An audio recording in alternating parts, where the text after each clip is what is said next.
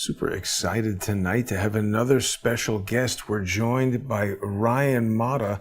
Ryan, how you doing tonight? I'm super excited, man. I couldn't be more excited to be here with you gentlemen. So thanks for having me. Yeah, thanks for joining us. John, you doing all right? I'm doing great. I'm excited to have Ryan here on the show. Ryan just did a new documentary, and there's a lot to talk about here. So this is going to Yeah. be one heck of a show. I'm excited. Yeah, Ryan, your documentary, I just actually got it today on Rumble. I really do recommend that people follow Ryan at Ryan Matta Media on X.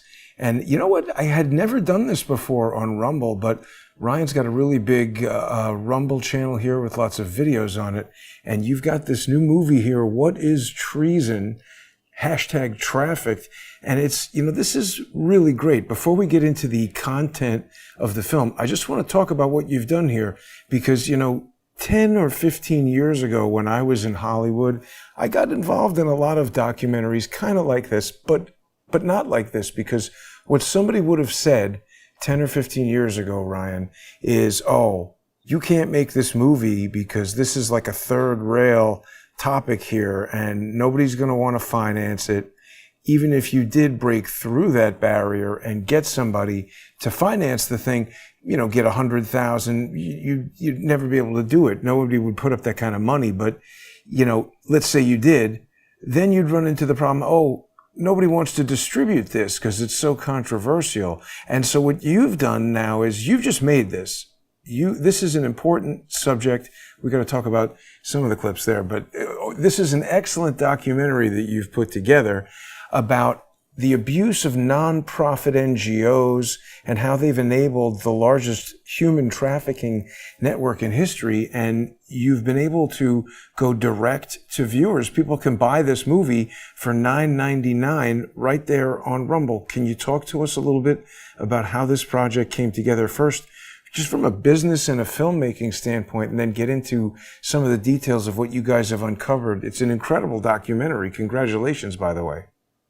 Thank you, man. And I couldn't agree with everything more than what you said there. You're spot on. It came from being demonetized and deplatformed from every single other platform and really getting to a point where, it's a lot of money, like this just for the editing. And I haven't got the full bill yet because we have two documentaries. So the next one, part two, will be releasing on October 24th. But you're looking at 25 to 50,000 just in the editing costs. And you have an employee or an editor that's literally working 12 to 16 hours a day for 30 days straight, nonstop, just trying to get this thing completed and dialed in. I mean, you know how it is when you're editing, you can spend literally a 12-hour day and edit and complete 2 minutes of a film. 2 minutes. That's it. That's how much tweaking and work and modification. So a lot of work went into it, but it started 4 months ago, maybe 5 months ago now. With when I met my partner, JJ Carroll. I was watching him. Some gentlemen brought him on their podcast, kind of like this, how you guys are bringing me on. And they brought on one of my buddy, George, to actually do the questioning of JJ. And then I watched that interview. And for the first time, I'm hearing a man that is, from an authority standpoint, Border Patrol, 24 years. He lived it. He was at that border, boots on the ground. And for the first time, I'm hearing somebody else call it treason. And I went down to that border. I was going down there for about 2 years. And I'd actually been working on this story for about 2 years. And when I first broke it, I thought that I was new to journalism, new to, I guess you call it investigative journalism. I thought I was coming back with like a Pulitzer surprise. I was like, when I come back and tell people that I got drone footage of these child migrant concentration camps, and there's 2,000, 600, 400, 200, 100. These are all the amount of children that are inside these facilities. And within 15 minutes of the Brownsville airport, I could drive to 5 different facilities. And it's like, I'm like, when America hears this, it's on. It's done for these NGOs. There's going to be protests. There's going to be outrage. And it was like a fart in church. It made a little bit of a disruption for a few seconds, and then it was nothing, absolutely nothing. And then when you try to tell, like after you've seen the documentary, like you understand because you have to put it all together and you have to see it. If you just hear Carlos or you just hear Deb or you just hear Aaron or you just hear Baz, like their stories are hard to take in and comprehend anyways. But it's not until you put all the pieces together that you really see this machine, which is our government. And our government has turned ORR, which is Office of Refugee Resettlement, into the child trafficking arm of the United States government. and HHS has turned into the human trafficking arm of the United States government. And today, well, it's actually about 3 weeks ago, our government openly admitted to losing 325,000 unaccompanied alien children. So I'll land it there. I could go on and on for hours, but I want to let you guys jump in here. But that's kind of how it got started, and here we are. Yeah. No, I mean, it's an important subject, and it's absolutely crazy what you guys lay out for people who haven't seen it. And just to give the kind of, a 50,000-foot view, the people that you're talking about, you actually interviewed certain whistleblowers, people who, went to work for these NGOs thinking they were doing a good thing, reconnecting these children with their families. You guys interviewed firsthand people who left when they realized they were just dropping kids off at criminals' houses. And it's amazing because I think you and I connected when that video of mine at the Walcott Hotel got a lot of attention, because this is exactly what you're talking about. These weird guys handling little babies that are just like obviously not theirs. What is going on? It's absolute insanity. You can't make it up. And even when you tell people, like if you were to meet somebody, you're in a podcast and you just happen to bring up that story and you're like, I filmed it. This is what I filmed. These guys are outside this hotel. They were handing off a baby. I called the cops and tried to report child trafficking. And the cops go, we're on our way. And then started mocking me and going, woo, woo, woo, laughing at you. Like it sounds too ridiculous to be true, right? Right. It's like we live in some, I don't know what we live in, man. If you told me that this was a simulation, I probably wouldn't argue with you at this point, because it is so bizarre what we're watching here. Just to think about that. 4 years ago, could you imagine that somebody would have said, hey, in 4 years, the United States government is going to be running a child trafficking network, and they're going to have about 500,000 children. I mean, it's difficult to believe it is. So, I mean, I really do encourage people who are watching, if you haven't seen Ryan before, or if you have, you got to get over to his Rumble channel. And it was super easy to purchase the film, even if you're, not subscribed to Ryan or anything like that. You just put your credit card right in there. So much easier than going to the movies. So I really admired that too, just from the standpoint of an independent filmmaker and somebody who's been, like I said, this is third rail stuff. So, it is difficult, I think, for some people to watch this kind of thing and even engage with this kind of material, because it's just so objectionable what these people are doing and what's being described. But it's an important film, and the way you've been able to put it together to leverage technology and the internet and everything, it's very similar to what John and I do with our sponsor exclusive shows. People want this kind of material. We don't need some, Netflix or some studio standing in between this content, and people who want to see it. By going direct to viewers, people can see, this is First Amendment right here. It doesn't matter what some studio thinks. It matters what needs to get out there. Now, the thing that you've revealed is that they're covering up so much here. It's similar to what we're seeing. John, when he and I first started working together, he was one of these people who was very entrenched in mainstream information. And that's part of the problem, isn't it? People who are just getting their news. This seems so ridiculous because they, up until a few months ago, P. Diddy was like a Nobel laureate practically. So it's very shocking.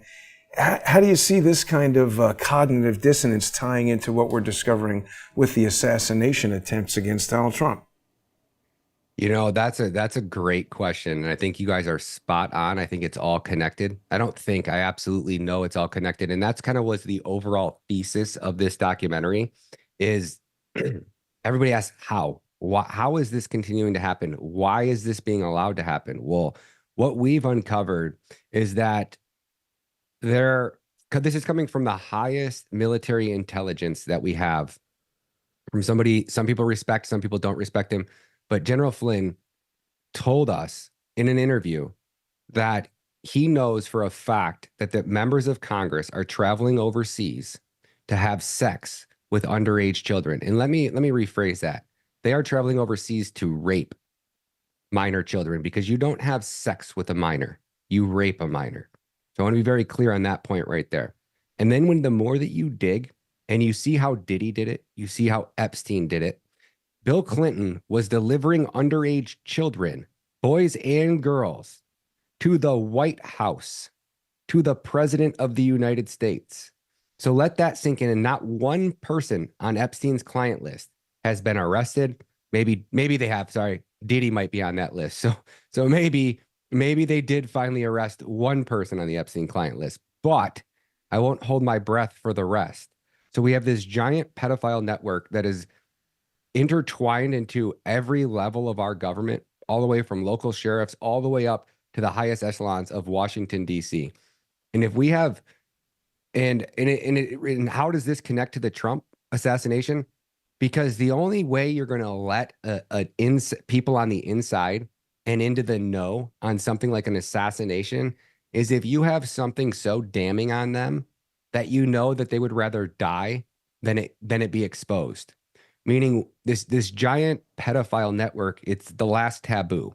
We've seen Hoover use gays to control and dominate the FBI for 50 years almost.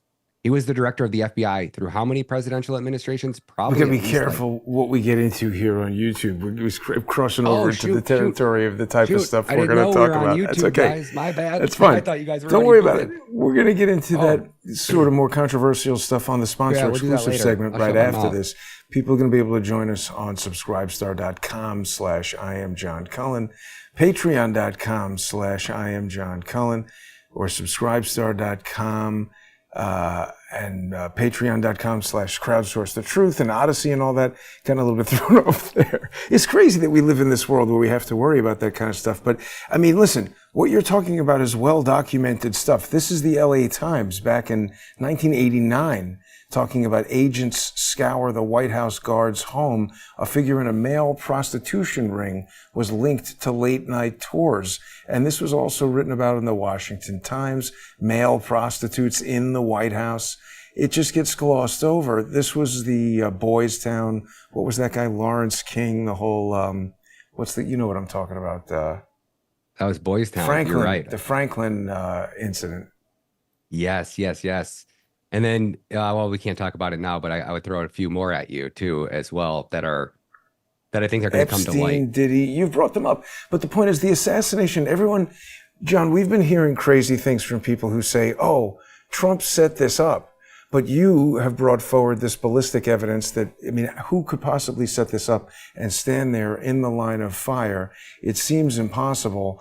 What I'm getting at is Ryan's research sort of merges with this concept of these Trump assassinations, because Trump is talking about exposing all of this, right? I mean, Trump is the one who kicked Epstein out of Mar-a-Lago. They're trying to kill him. Well, let's talk about treason. Treason. So treason in the world that Ryan's been exploring here and documenting, you look at the oath that these people take, and the oath is to protect the Constitution, or defend the Constitution against all enemies, both foreign and domestic. And it seems that they're skipping that domestic part. Everybody seems to be skipping over the domestic enemies part. And it seems that what Ryan has rooted out and documented is maybe there's some domestic enemies. Maybe there's some people who are within the government, who are within NGOs getting paid by the government, wherever they may be, that this is who they're talking about in the oath. Enemies, both foreign and domestic. So again, I'm a root cause analysis guy, and the whole, like Jason said, the whole thing with the kids and all that, for me, as kind of a plain vanilla guy that's not really into so much of the the alternate news stuff, I never understood why. I never understood what are they doing with all the kids? Where are the kids going? And then what happens to the kids?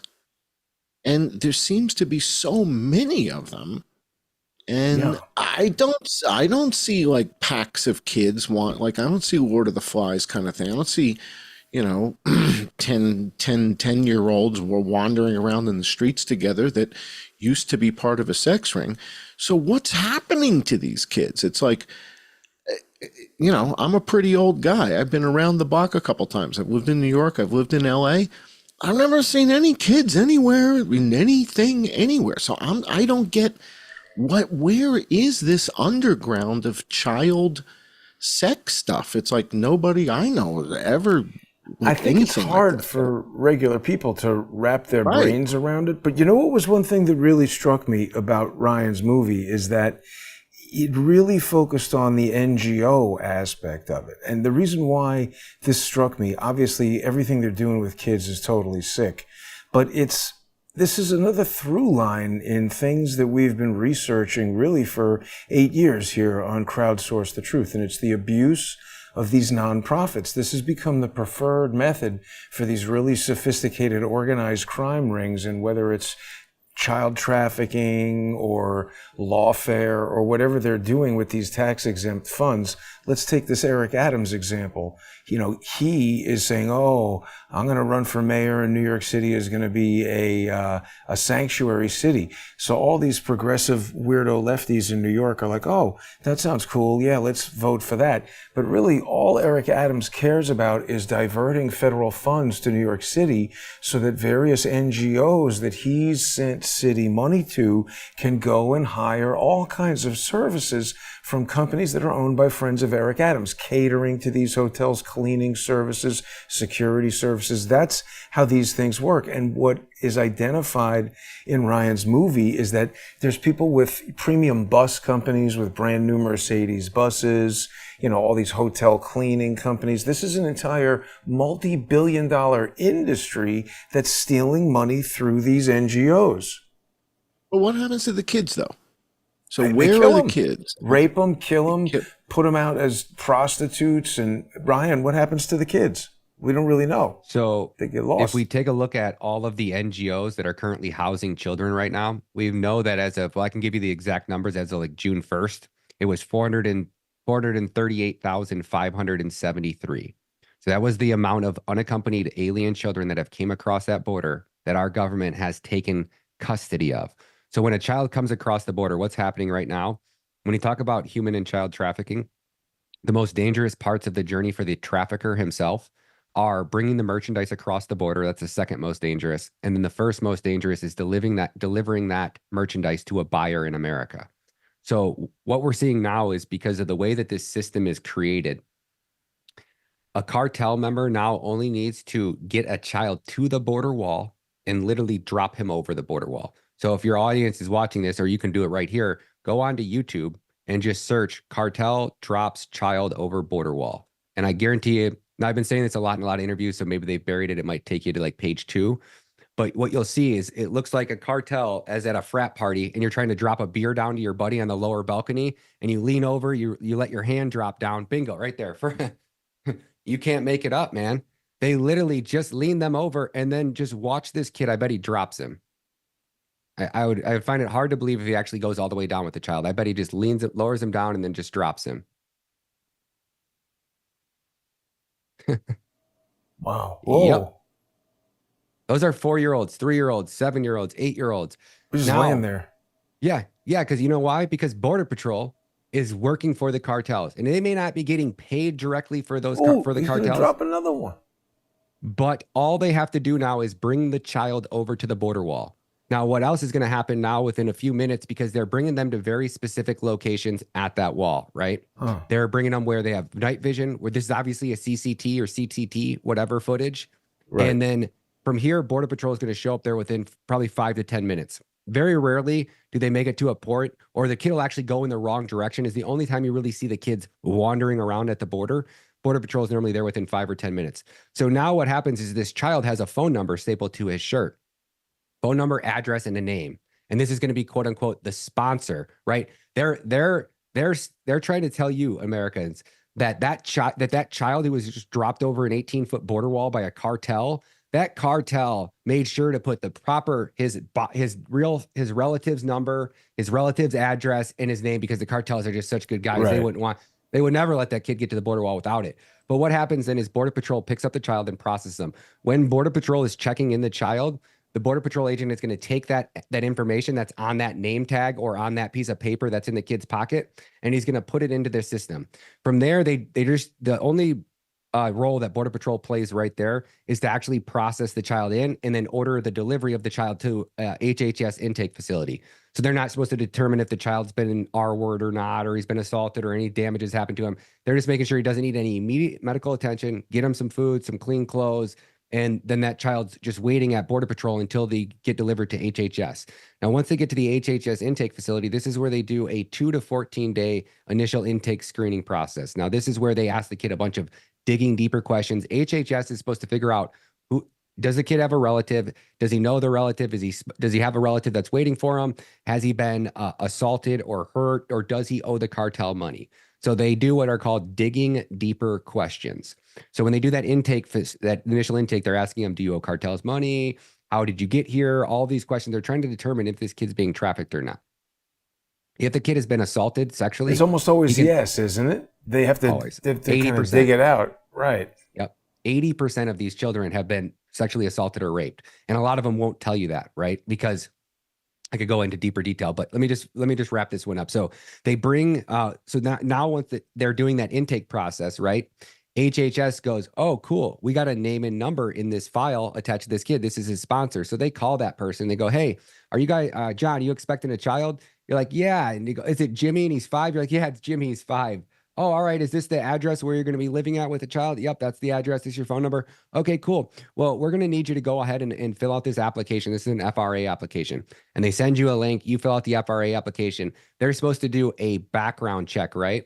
Well, how they're doing these background checks is it's an 18-year-old, a 21-year-old, a 22-year-old high school dropout with a GED who just got hired last week. And their job is to go on Google Earth and take a look at the address that you provided and determine if that looks like a safe place for a child. What? And let me remind you, in James O'Keefe's documentary that just came out, Line in the Sand, he just got internal documents that show that these addresses, and our government was a lot ordering the delivery of a child to a strip club. So a gentleman applied for a child, and the only address he had was a strip club for some reason. And that passed the background check, and a child was actually delivered, not to the strip club, but he was delivered to an adult at baggage claim at the airport. And that adult was going back supposedly to that strip club. So this is how bizarre it is. So, and then what happens too is if say the kid the number fell off, right? Fell off the kid's shirt, and it didn't get inputted into the system. Sorry, not if it didn't get put into the system, but if HHS doesn't call you, right, you can then go on to ORR's website and you can fill out the FRA application. And when that FRA application pings and matches in the system, it's going to alert them and say, hey, we have quote unquote a sponsor for Johnny. And then they'll call and they'll coordinate the delivery of that child. Now, in the meantime, because a lot of these kids are coming over without a phone number stapled to their shirt, or some of them show up and they don't have that buyer information on their shirt. Then they are getting sent to an NGO facility. And these are the long-term care facilities that you were talking about in the beginning, where there was the Walmart, right? You could go to a Walmart and there was 2,000 boys in an old Walmart that they converted into one of these child camps. And they can stay in there anywhere from a couple weeks or up to years. Some of them even stay there till they're 18 and then they age out. And then what happens at 18? Oh, they get a full ride scholarship to Columbia University, bought and paid for with your tax dollars. And that's why, 50% of the students at Columbia University were what?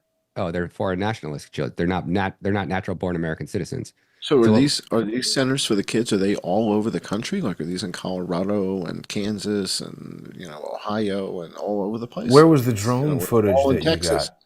got? Are they all in Texas? 602 total all across America that we know about. Well, I would say 400 I can guarantee are open today because some closed, some more open up. But the latest number I heard was upwards of 600, but I could say 400 very, very confident. Where was the drone footage that you got of the big camp? Right there. Yep, this is it right here. I mean, this is amazing. So this is where, can you say what state this was located in? That's in Texas. That's in Carrizo Springs. So that's a facility that was getting ready. I believe it opened right under Trump. And it was probably 1/10 of this size when it opened under Trump.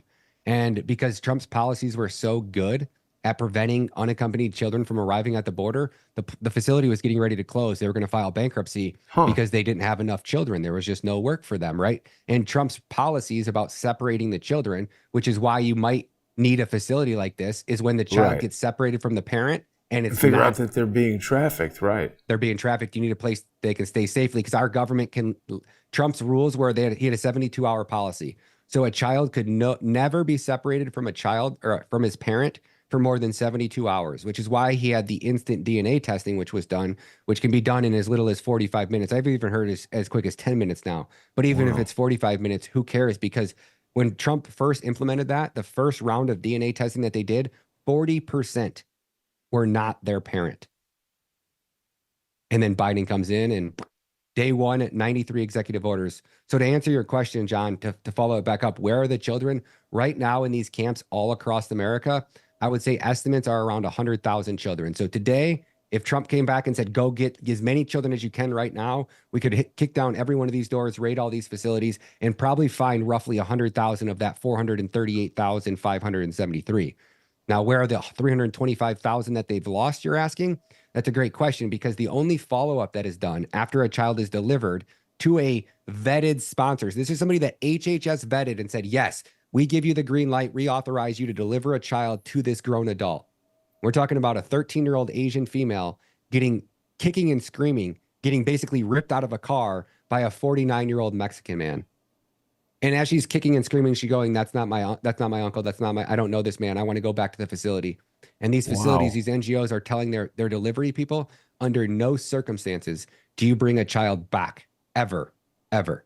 Carlos said there was one time where it was so egregious that he couldn't do it, and they still didn't take her back to the facility. They just took her to another NGO, one of their other locations, and they dropped her off there. And I would bet you any money that they had another escort come in and pick up that girl and take her exactly where she was supposed to go originally. It's unbelievable. And, you know, Trump is openly saying he wants to put an end to this. So obviously, you know, we look at means, motive, and opportunity. And I mean, John, you know, we're at the end here, but we're going to be talking about the sniper's testimony. Why don't you give everybody a little lead into what we're going to talk about on subscribestar.com/IamJohnCullen, patreon.com/IamJohnCullen, odyssey.com/@crowdsource the truth, and all these other channels when we come back on the sponsor exclusive segment. Well, the common thread here seems to be treason. And it seems to be that the government has jumped the shark and is out of control. You know, their tactics, their methods, we're just so far from what the Constitution allowed for, right? So whether you're talking about the FBI and the existence of a federal police force that's not accounted for in the Constitution, or a personal income tax on your income, that's not in the Constitution. So, you know, these are things that were relegated to the states. And we're getting to, you know, back then, these founding fathers had an eye towards this federalist movement, the idea of centralizing power back then in Philadelphia. Now, thank God, not Philadelphia and Washington, but they're both hellholes, right? If you go down to Philly or Washington, it's like, man, it's kind of the two worst, you know, wow, Yeah, really not bad that show. good. Yeah, it's like, man, you know, Kensington Gardens in Philly has Pittsburgh, turned, not oh, that good either. all right. Well, so the net of it is these guys saw this coming.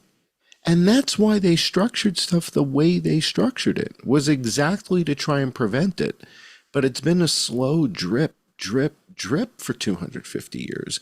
And it's a slippery slope. And so, you know, they take away a little freedom, they take away a little more. Patriot Act is still, you know, still out there 23 years later, as if we really need that now. Where's Chertoff? Where's he, on the beach in Switzerland, in Geneva? What's he doing? Where is he? He wrote Let's the get him on the rally, show. the rally Yeah, why don't you shooter invite him thing, on the show? I got some according to questions for George him. Webb. Yeah, so the idea here is treason. And when you start seeing people in the government committing treason, and you start to accumulate evidence of it, the question then is, well, what's the next step? So Ryan's been accumulating evidence of this type of treason at the border with children, trafficking children, and the government complicity in it. We've been documenting treasonous behavior whether it's within the Secret Service, the FBI, whoever it is that's not investigating this thoroughly to the extent that we're the ones coming up with all these breaks. So you look at the assassination attempt on Trump, and is it treasonous to not be pursuing these leads? So, for example, to me, it's misprision of felony. We've talked about misprision of felony. When you've got people who are in public office who aren't pursuing the evidence that Ryan's bringing forward about the trafficking that we're bringing forward, whether it's about the assassination attempt, whether it's about COVID, whatever it may be, whatever these mega crimes are, what do we do? The First Amendment talks about we have the right to redress the government, right? We want to voice, right? If we've got an issue, we have this part of the First Amendment is to redress our grievances. But Nancy Pelosi didn't build a website for that. There is no app called Address Your Grievances. They should make that. And therefore, well, they really should. And therefore, Jacob Chansley puts on his helmet, grabs his staff and says, damn it, let's get down there then and let's talk to Nancy. There is no mechanism to address it. And the challenge now is we've risen to high crimes, not misdemeanors. Misdemeanors, misdemeanors are yesterday's news.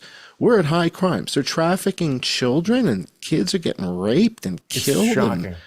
Yeah. And all this crazy stuff. And it's their numbers that you're citing. You're citing their statistics that they're sharing with us. I mean, we're not making up the numbers. You're just sharing 100%. Their numbers. The 300,000, that we just got that number from them this week. Yep. So the frustration is, what do we do when we catch these guys doing this stuff? What do we do when we catch Joe Lombardo forging a crime scene and creating evidence and covering up the worst shooting in American history? What do we do? How do we proceed? We're doing it though, aren't we? Right here. Well, we're kind of I feel like we're cutting bait. So we've got bait fish. Our bait locker is full. We got a bait well full of great bait. It's the part where we've got to get the action to happen. And the problem is, Congress, has anything ever come out of any congressional anything with teeth? Well, like I remember sometimes you brought up something interesting a minute ago. Handcuffs? No. Who? You brought up something interesting a minute ago about the Patriot Act, and I just wanted to tell you that this was brought to my attention earlier, even though this Craig McCarthy at the New York Post found out about this 4 years ago, how the NYPD obtains people's personal data with no oversight.